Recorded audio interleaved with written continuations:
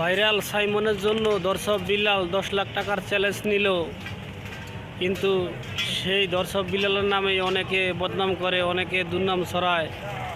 কিন্তু দর্শক বিল্লাল বলছে যদি 1 টাকাও কেউ না দেয় তাহলে 10 লাখ টাকা দর্শক বিল্লাল একাই দিবে। কিন্তু একদিন বিপদে পড়ে দেখেন, যারা বদনাম করেন তাদেরকে বলছি, ভাই যারা বদনাম করেন দর্শক বিল্লালের নামে, আপনারা একদিন বিপদে পড়ে দেখেন। একটা মানুষ রাস্তায় না খায় পড়ে থাকলে তো আপনারা 1 টাকা দিয়ে সাহায্য করবেন না। একটা মানুষ বিপদে পড়লে কেউ 1 টাকা দিয়ে সাহায্য করে না।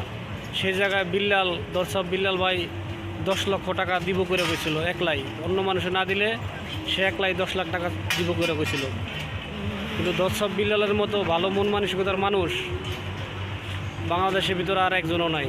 দর্শক বিল্লালের মতো কন্টেন্ট ক্রিয়েটার, টপ লেভেলের কন্টেন্ট ক্রিয়েটার থাকলে বাংলাদেশের ভিতরে দর্শক বিল্লালই আছে। দর্শক বিল্লালই নাম্বার 1।